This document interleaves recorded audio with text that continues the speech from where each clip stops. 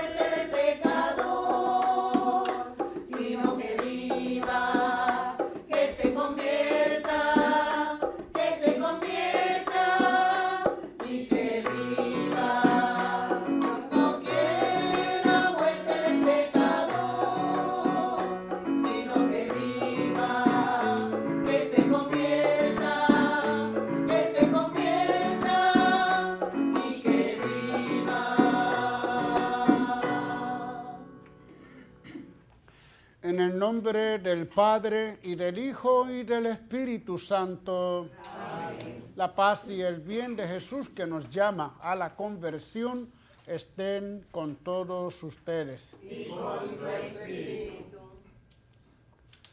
El tiempo de la Cuaresma es tiempo propicio de conversión, de penitencia. Eso significa que hemos de vivir la vida desde otra hondura. Y le llamamos la hondura del corazón, le llamamos la hondura de la interioridad. Desde ahí es que se da ese proceso de conversión a Dios, pero también conversión a los hermanos. Si no hay una de las dos, no existe realmente esa conversión. En este primer momento de nuestra Eucaristía, humildes y penitentes como el publicano del templo, nos acercamos al Dios justo. Vamos a pedirle que tenga piedad de nosotros, que también nos reconocemos pecadores.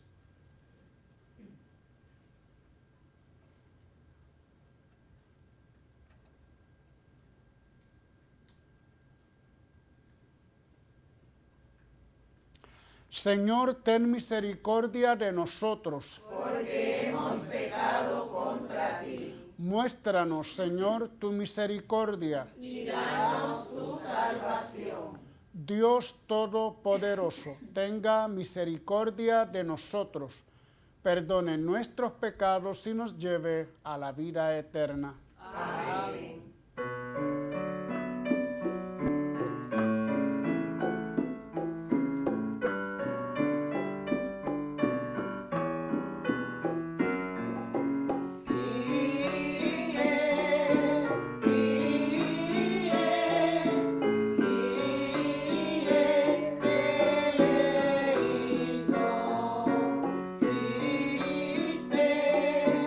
Triste,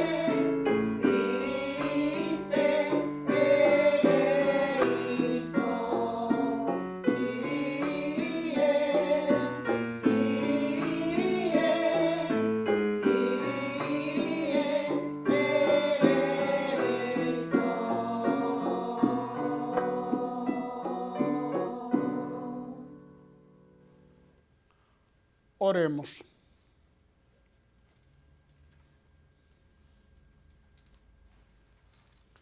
Señor, concede a tus fieles disponerse convenientemente a la celebración de la Pascua, para que el esfuerzo de la mortificación corporal los lleve a una verdadera renovación en el Espíritu.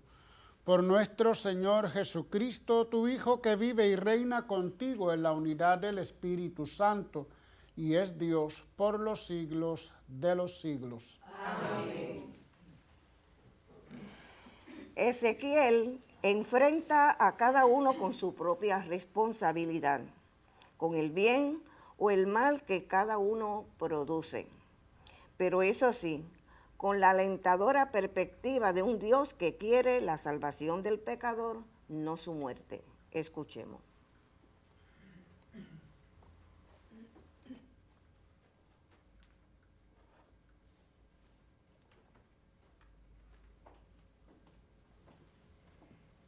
Lectura de la profecía de Ezequiel. Así dice el Señor Dios: si el malvado se convierte de los pecados cometidos y guarda mis preceptos, practica el derecho y la justicia, ciertamente vivirá y no morirá. No se le tendrán en cuenta los delitos que cometió. Por la justicia que hizo, vivirá. ¿Acaso quiero yo la muerte del malvado, oráculo del Señor?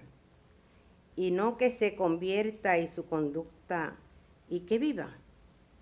Si el justo se aparta de su justicia y comete maldad, imitando las abominaciones del malvado, ¿vivirá acaso?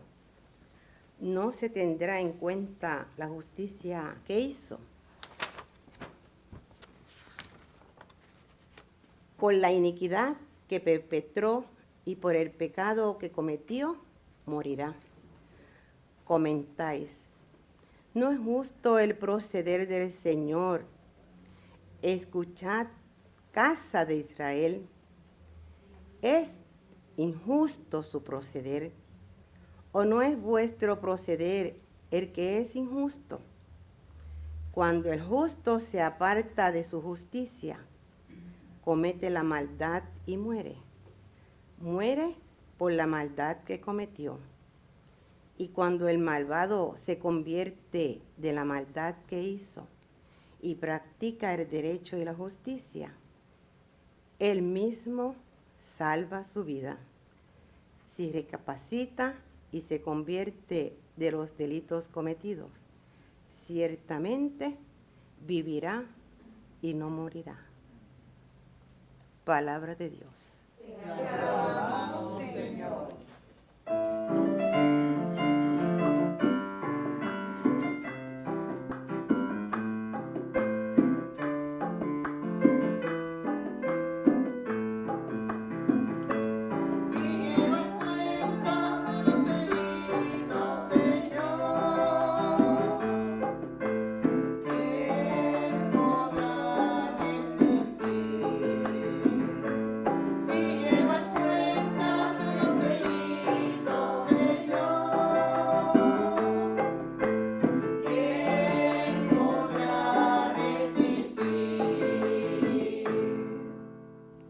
Desde lo hondo a ti grito, Señor. Señor, escucha mi voz. Estén tus oídos atentos a la voz de mi súplica. Si llevas cuentas de los delitos, Señor, ¿quién podrá resistir? Si llevas cuentas de los delitos, Señor, ¿quién podrá resistir? Pero a ti procede el perdón y así infundes respeto. Si llevas cuentas de los delitos, Señor, ¿quién podrá resistir? Mi alma espera en el Señor, espera en su palabra. Mi alma aguarda al Señor, más que el centinela la aurora. Aguarde Israel al Señor como el centinela a la aurora. Si llevas cuentas de los delitos, Señor, ¿quién podrá resistir? Porque el Señor viene la misericordia, la redención copiosa, y Él redimirá a Israel de todos sus delitos. Si llevas cuentas de los delitos, Señor, ¿quién podrá resistir? Si llevas cuentas de los delitos, Señor, ¿quién podrá resistir?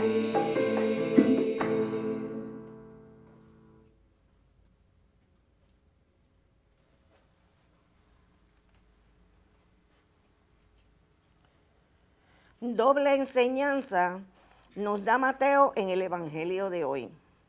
Cumplir la ley, sí, evidentemente, pero no como los fariseos, externa y servil, sino en el espíritu de corazón, de quien sabe que la ley suprema es el amor. De pie para escuchar el Santo Evangelio.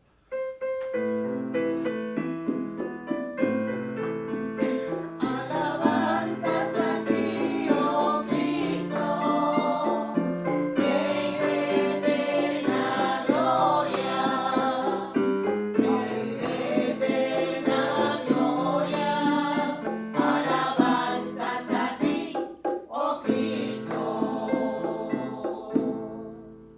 Quiten de encima sus delitos, dice el Señor, y estrenen un corazón nuevo y un espíritu nuevo.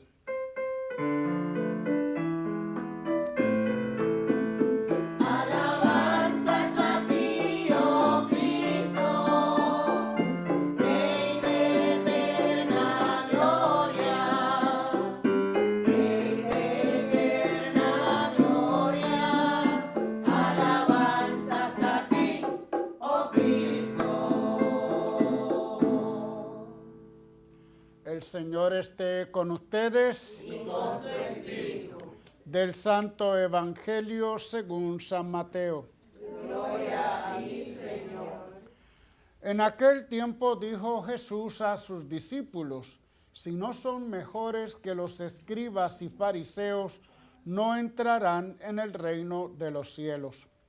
Han oído que se dijo a los antiguos: no matarás, y el que mate será procesado. Pero yo les digo, todo el que esté peleado con su hermano será procesado. Y si uno llama a su hermano imbécil, tendrá que comparecer ante el Sanedrín, y si lo llama renegado, merece la condena del fuego. Por tanto, si cuando vas a poner tu ofrenda sobre el altar te acuerdas allí mismo de que tu hermano tiene quejas contra ti, deja allí tu ofrenda ante el altar y vete primero a reconciliarte con tu hermano.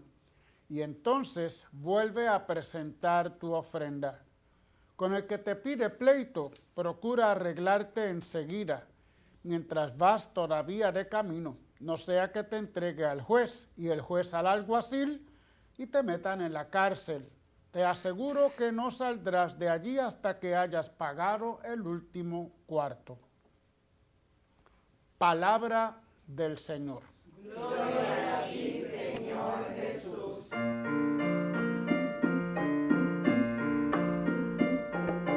Hemos escuchado tu palabra, Señor, y nos ha llenado de paz y de amor. Hemos escuchado tu palabra, Señor, y nos ha llenado de paz y de amor.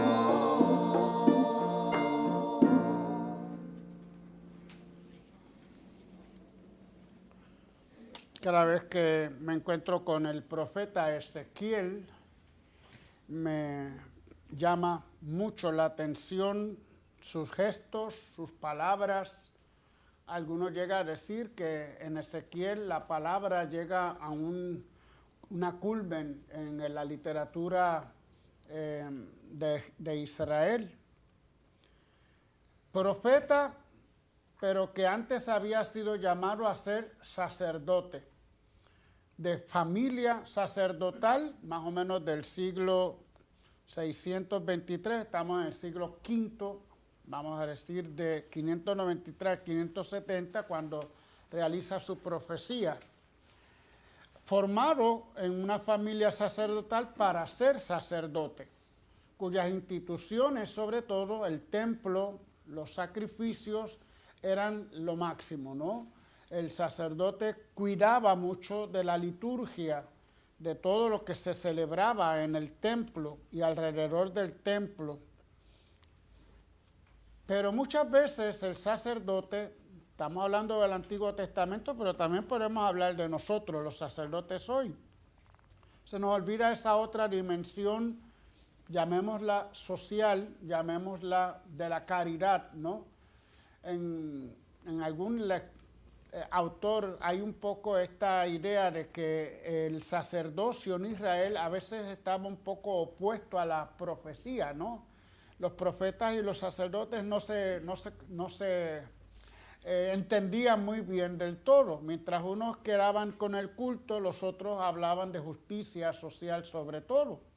Pero aquí se resume todo. Aquí, en este hombre llamado a ser sacerdote, hay todo un cambio por parte de Dios para ser entonces profeta. Las circunstancias no eran para menos. Estamos viviendo, o Ezequiel está viviendo, quizás la época más crítica de toda la historia del pueblo de Israel. En el año 597, Babilonia había atacado a Jerusalén, había deportado a su rey. Ya Josías, que era el gran rey de la Reforma, había muerto en una batalla contra los egipcios. Las políticas de los nuevos reyes eran un poco de avasallaje con respecto a Babilonia y anteriormente con respecto a otros imperios como Asiria. Los profetas muchas veces estaban en contra de eso. Pero la política de los reyes llevó entonces al ataque por parte de Babilonia, primero a Israel y luego a Israel, Samaria y luego también a Jerusalén. Ocurre una primera deportación en el 597, es decir, salen montones de judíos desterrados a Babilonia y entre ellos este profeta Ezequiel, el que iba a ser sacerdote en el templo.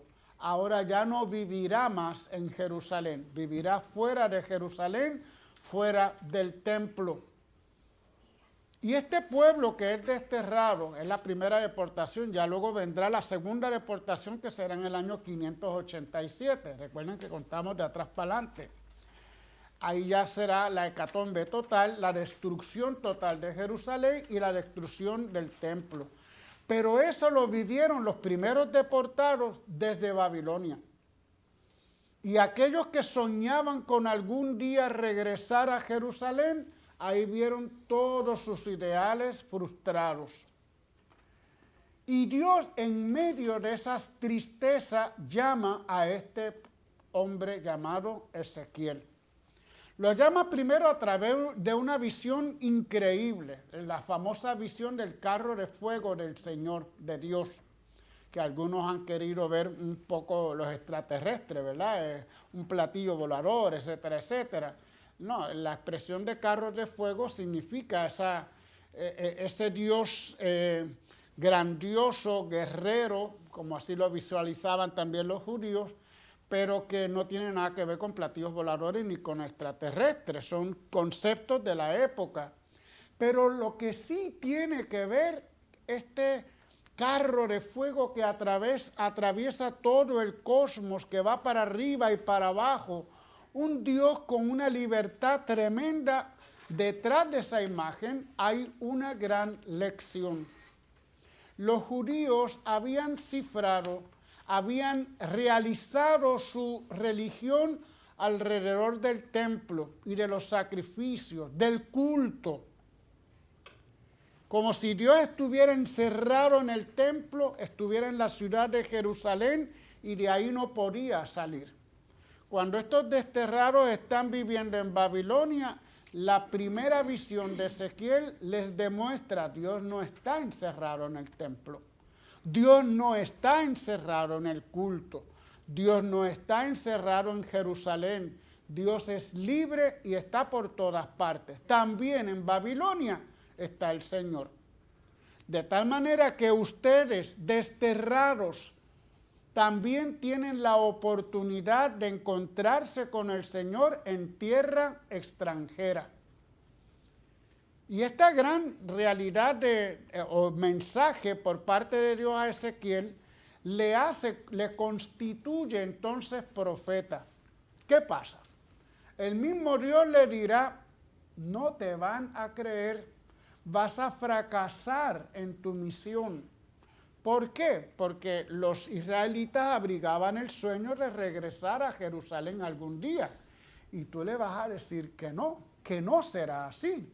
Que en su tierra nueva, en la tierra de Babilonia, tierra pagana, tierra extranjera, allí ellos también reconocerán al Dios verdadero. De tal manera que empieza a cambiar toda una manera de pensar religiosa en Israel. Y qué difíciles son los cambios. Hoy nos pasa un poco también a cada uno de nosotros. Cuando vivimos en una sociedad que ya no es la sociedad de antes cristiana, la famosa cristiandad, donde todo estaba organizado desde la visión, sobre todo católica, ¿verdad? De los santos, antes se celebraban los onomásticos, ahora se celebran los cumpleaños, antes se celebraban fiestas patronales, ahora empiezan a cambiar las fiestas tradicionales, y muchas de las estructuras de la cristiandad ya no tenemos ese amparo. Ahora sabemos que vivimos en una tierra extranjera en el sentido de que las prácticas cada vez son menos cristianas, menos apoyados por ese ambiente cristiano. De tal manera que de alguna forma vivimos esa experiencia.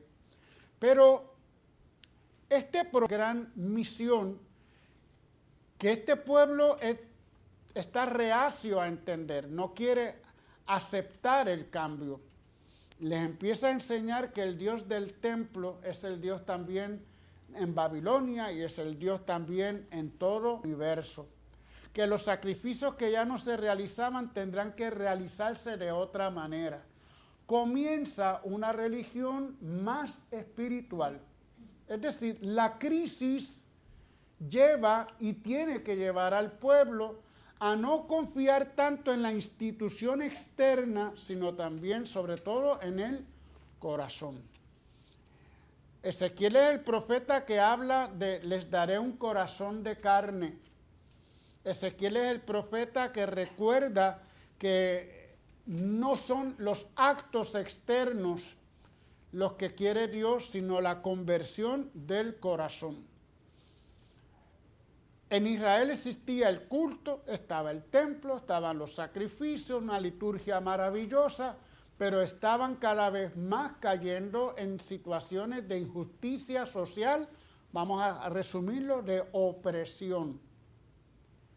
Cuando el pueblo se enfrenta a esta gran deportación en Babilonia, el profeta tendrá que auscultar por qué estamos en esta situación, qué nos trajo a esta situación, cuáles son las causas profundas de esta situación.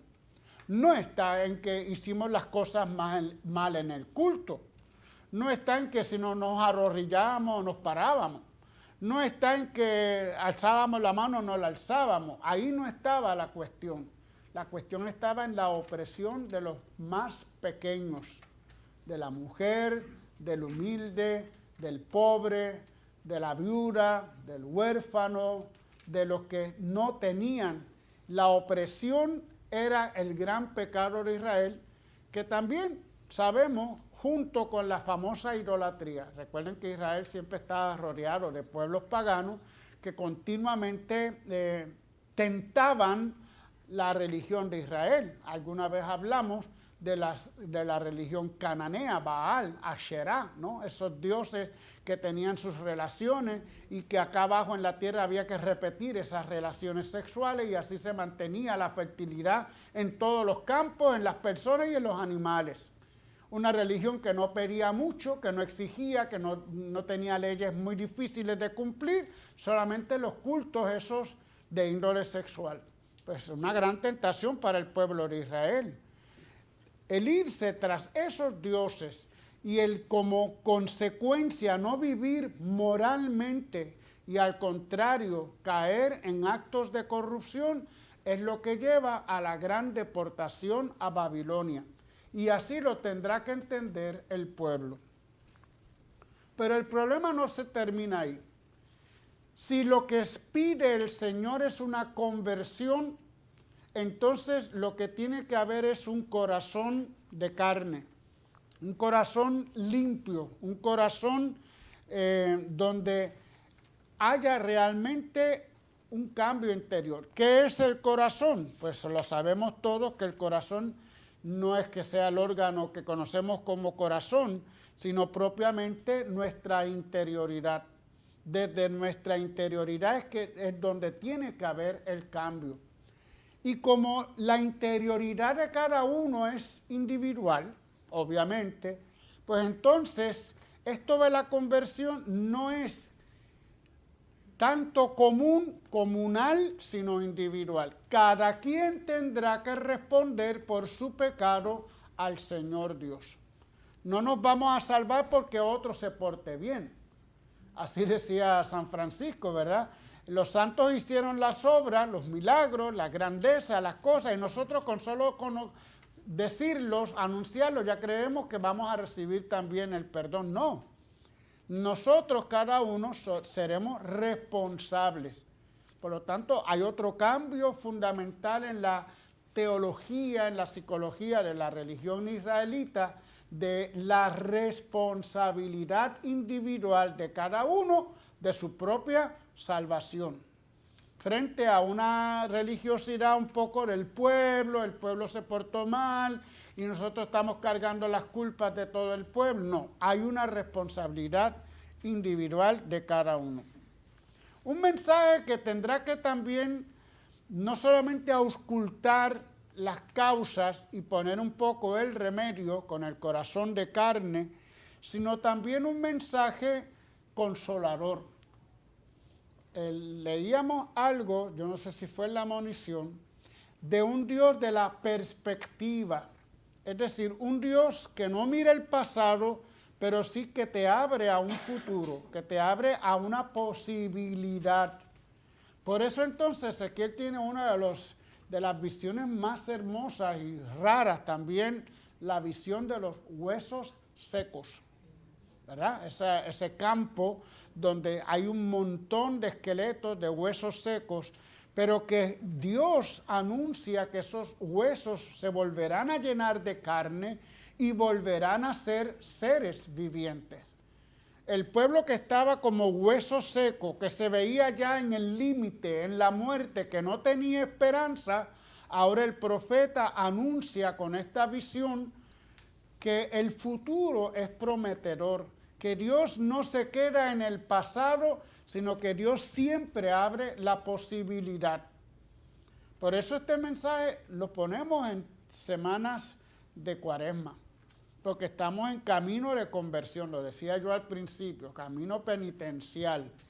Y el camino penitencial no es otra cosa, sino la posibilidad de vida que Dios me está dando. Cuando nosotros decimos, como Ezequiel, Dios no quiere la muerte del pecador, sino que se convierta y que viva. Y esto lo veo yo mucho en la confesión, ¿verdad? Yo incluso digo esta frase como una lectura bíblica dentro de la confesión. Recuerda que Dios no quiere la muerte del pecador, sino que se convierta y que viva. Hemos pecado. El pasado nuestro es un pasado infeliz, por lo mucho que hemos cometido grandes pecados, sobre todo contra los hermanos. Pero Dios te está dando hoy la posibilidad de olvidar el pasado y comenzar desde el presente un cambio en tu vida, llenarla de vida, porque Dios te promete la vida en mayúscula, la vida plena, la resurrección. Esto no se cumplirá sino hasta Jesús, ¿verdad? Que será el cumplimiento de todas estas profecías de Ezequiel y tantas profecías de otros grandes profetas. Pero el mensaje es que aun cuando el pueblo está viviendo en crisis, pues lo que tenemos que hacer es mirar por qué. Ahora que hemos vivido la pandemia, ¿verdad? ¿Por qué la pandemia? ¿En qué nos hemos portado mal? No es un castigo, pero posiblemente ha habido unas malas conductas que han tenido unas consecuencias. Ahora está la teoría de que posiblemente no fue un animal el que infectó, sino un error de laboratorio, un escape de laboratorio, porque el virus ya existía. Sabemos que los virus del COVID existen en varias categorías desde hace muchos años, pero que haya habido un escape, pues hubo un error. Hubo un error. Y de ese error hemos pagado, bueno, todos o no todos, bueno, yo diría que todos, porque tarde o temprano todos hemos sufrido a consecuencia del COVID, ya el mismo hecho de estar aislados, de que todo haya cambiado. Pero es una oportunidad, crisis, para mirar, bueno, ¿qué pasó con esto? ¿Qué aprendí yo de todo esto? ¿Qué podemos aprender de todo esto? Desde ahí entonces pedir una conversión del corazón sabiendo que el Señor me está ofreciendo gratuitamente una nueva oportunidad.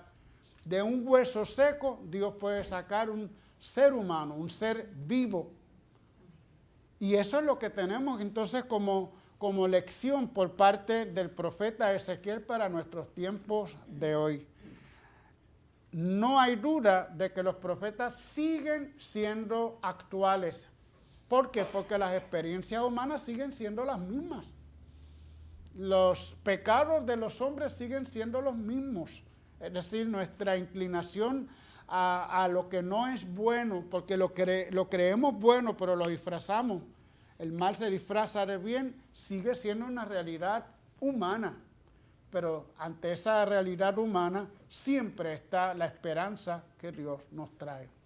Amén. Amén.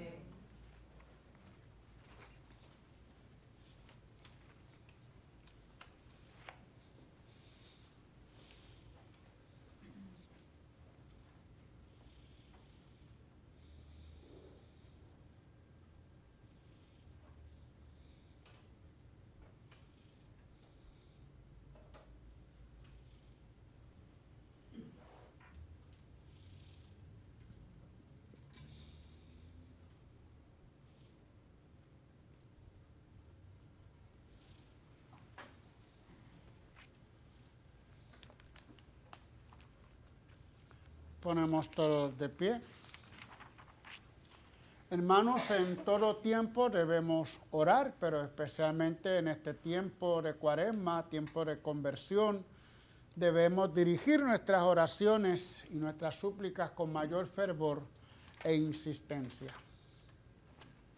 Por el Papa Francisco, por nuestro obispo Roberto, por los sacerdotes y diáconos, para que promuevan en el seno de la Iglesia la reconciliación sincera, el respeto, y para que así ofrezcan a Dios un culto agradable, roguemos al Señor. Te rogamos, óyenos.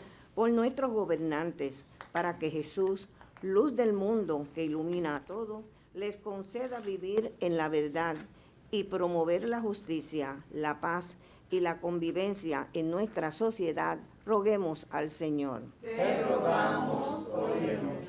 Por todos los cristianos, para que Jesús que nos mira con amor, se compadezca de nuestras miserias, transforme nuestros corazones, destierre de ellos el odio, la envidia y la mediocridad, y nos haga experimentar el gozo de la reconciliación con Él y con toda la humanidad, roguemos al Señor. Te rogamos, óyenos. Por nosotros, para que, renovados por el sacramento del altar, manifestemos a la humanidad los frutos de la salvación, la alegría, el gozo y la paz, roguemos al Señor. Te rogamos, óyenos. Por la salud de sacerdotes, diáconos, religiosos y religiosas, y por Cristian Emanuel Canales, familia Colón González, familia Colón Carmona, familia Colón Rolón, esposos Sánchez, Sixta Blanco, Lidia Santiago, familia Blanco, Víctor Figueroa, Vicente Ocasio, William Ortiz, Sonia Donato, familia Batista Ortiz, Isabel Torres y familia Maldonado Torres, Cuca Concepción, Carlos Abreu, Silis Reyes, Milagros Cruz, Felicita Martínez, María Elena Martínez, Víctor Martínez, Limari Torres, Georgie Gutiérrez y Eneidaliz González, roguemos al Señor. Te rogamos, óyenos.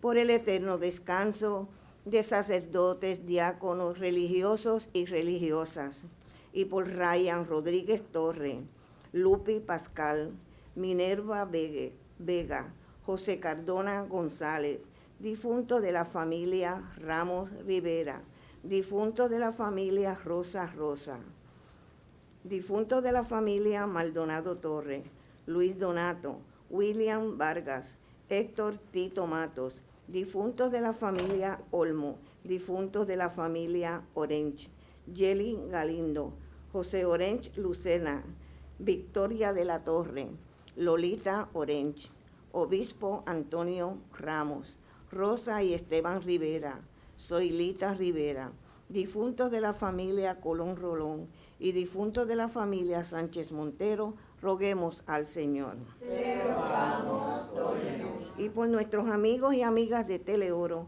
cuyas intenciones y peticiones han sido colocadas junto al sagrario, roguemos al Señor. Te rogamos, óyenos. Concede, Señor, a tu pueblo convertirse a ti de todo corazón, para que reciba de tu misericordia lo que no se atreve a pedir por sus plegarias. Por Jesucristo nuestro Señor.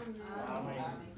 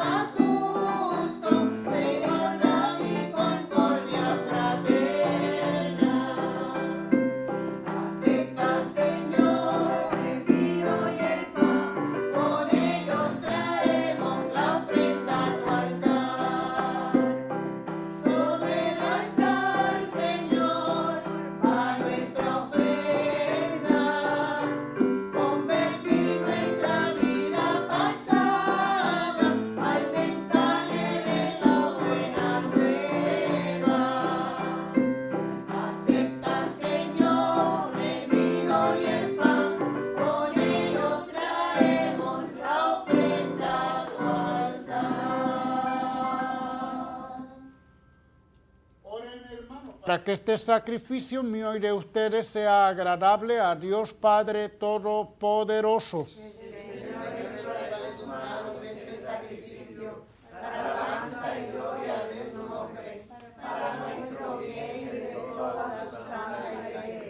Recibe estas ofrendas, Señor, que por tu bondad nos reconcilian contigo y concédenos la salvación con la fuerza de tu amor.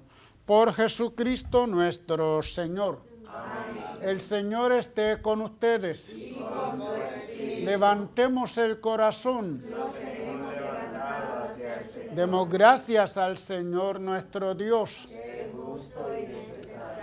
En verdad es justo y necesario nuestro deber y salvación darte gracias siempre y en todo lugar, Señor Padre Santo, Dios Todopoderoso y Eterno, porque concedes generosamente a tus fieles disponerse con gozo a la celebración de la Pascua con un corazón purificado, para que dedicados con mayor entrega a la oración y a la caridad, y participando en los misterios que nos dieron nueva vida, lleguemos a ser plenamente hijos tuyos. Por eso con los ángeles y arcángeles cantamos un himno a tu gloria, diciendo sin cesar.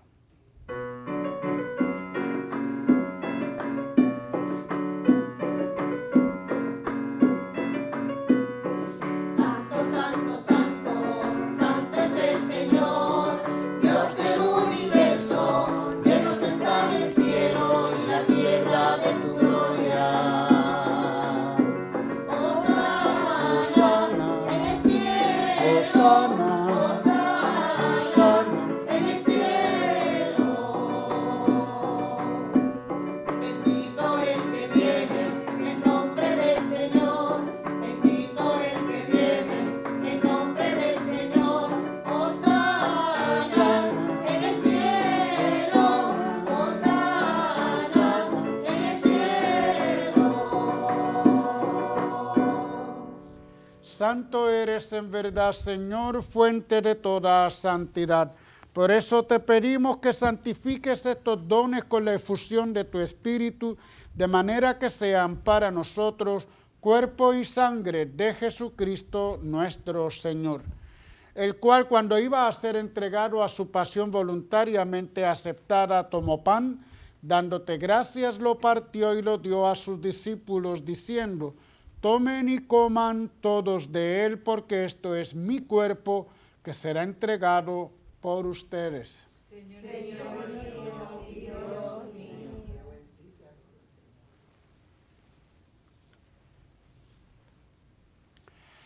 Del mismo modo, acabada la cena, tomó el cáliz y dándote gracias, de nuevo lo pasó a sus discípulos, diciendo: tomen y beban todos de él, porque este es el cáliz de mi sangre, sangre de la alianza nueva y eterna, que será derramada por ustedes y por muchos para el perdón de los pecados. Hagan esto en conmemoración mía. Señor mío y Dios mío.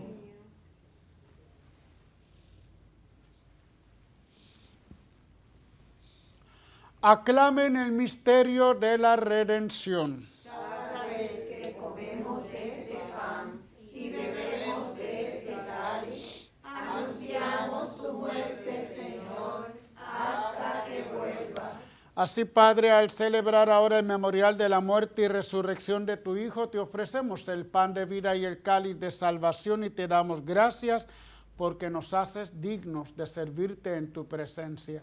Te pedimos humildemente que el Espíritu Santo congregue en la unidad a cuantos participamos del cuerpo y la sangre de Cristo. Acuérdate, Señor, de tu iglesia extendida por toda la tierra y con el Papa Francisco, con nuestro obispo Roberto y todos los pastores que cuidan de tu pueblo, llévala a su perfección por la caridad. Acuérdate también de nuestros hermanos que se durmieron en la esperanza de la resurrección y de todos los que han muerto en tu misericordia. Admítelos a contemplar la luz de tu rostro.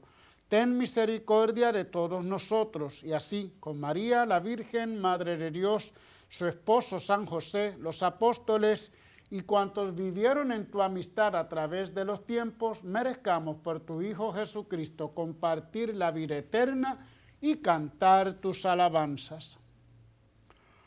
Por Cristo, con Él y en Él, a ti, Dios Padre omnipotente, en la unidad del Espíritu Santo, todo honor y toda gloria por los siglos de los siglos.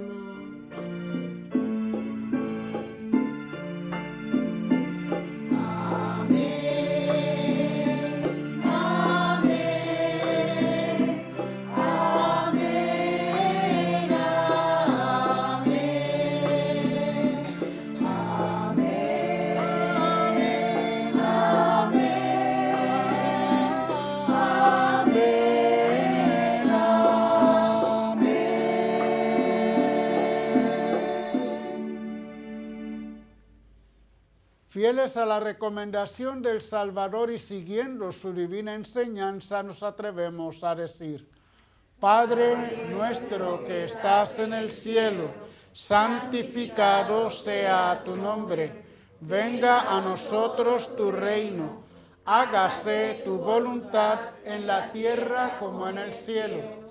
Danos hoy nuestro pan de cada día. Perdona nuestras ofensas, como también nosotros perdonamos a los que nos ofenden. No nos dejes caer en la tentación y líbranos del mal. Líbranos de todos los males, Señor, y concédenos la paz en nuestros días, para que, ayudados por tu misericordia, vivamos siempre libres de pecado y protegidos de toda perturbación, mientras esperamos la gloriosa venida de nuestro Salvador Jesucristo. Tuyo es el reino, tuyo es el poder y la gloria por siempre, Señor. Señor Jesucristo, que dijiste a tus apóstoles: la paz les dejo, mi paz les doy. No tengas en cuenta nuestros pecados, sino la fe de tu iglesia. Y conforme a tu palabra, concédele la paz y la unidad. Tú que vives y reinas por los siglos de los siglos. Amén. La paz del Señor esté siempre con ustedes. Y con tu espíritu. Nos damos fraternalmente la paz.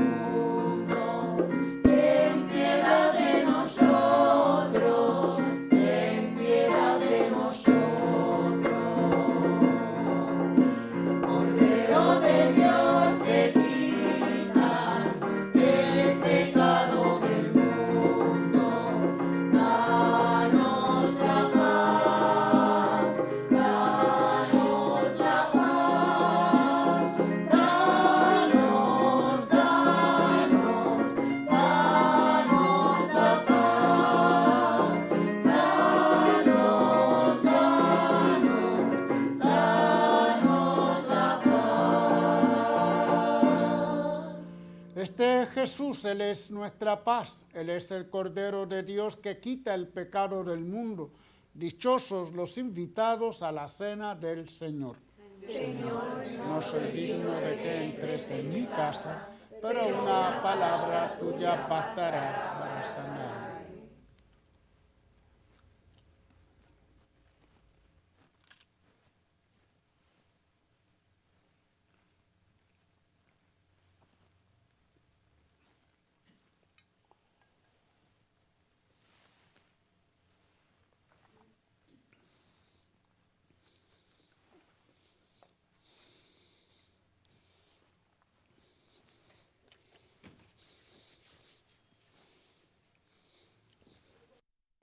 Invitamos a nuestros hermanos y hermanas televidentes a hacer la siguiente comunión espiritual. Creo, Jesús mío, que real y verdaderamente estás presente en este augusto sacramento. Y por defender esta verdad, daría gustosamente mi sangre y mi vida. Yo te amo con todo mi corazón, porque te amo me pesa haberte ofendido. Ven a mi alma, haz morada en ella. Yo te abrazo, amor mío, y me doy todo a ti. No permitas que jamás me separe de ti.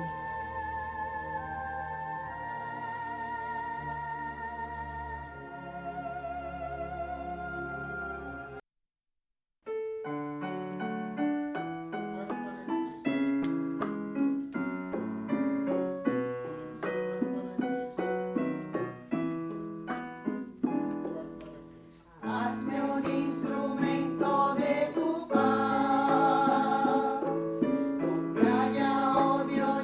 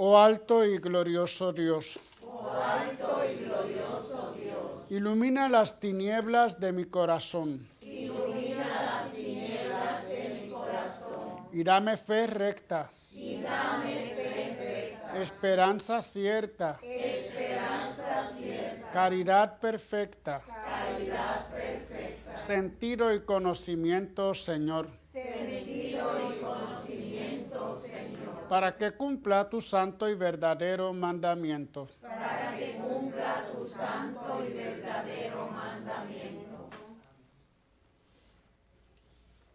Oremos.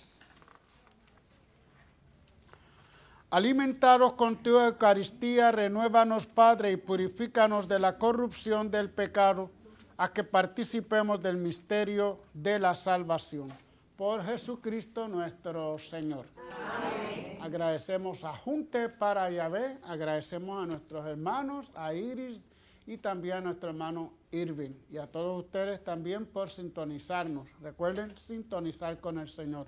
Los martes, después de la misa de 6 de la tarde en nuestra parroquia, charlas de maduración en la fe. El Señor esté con ustedes. Y con tu espíritu. La bendición de Dios Todopoderoso, Padre, Hijo y Espíritu Santo, descienda sobre ustedes. Amén. En el nombre del Señor pueden ir en paz. Demos gracias a Dios.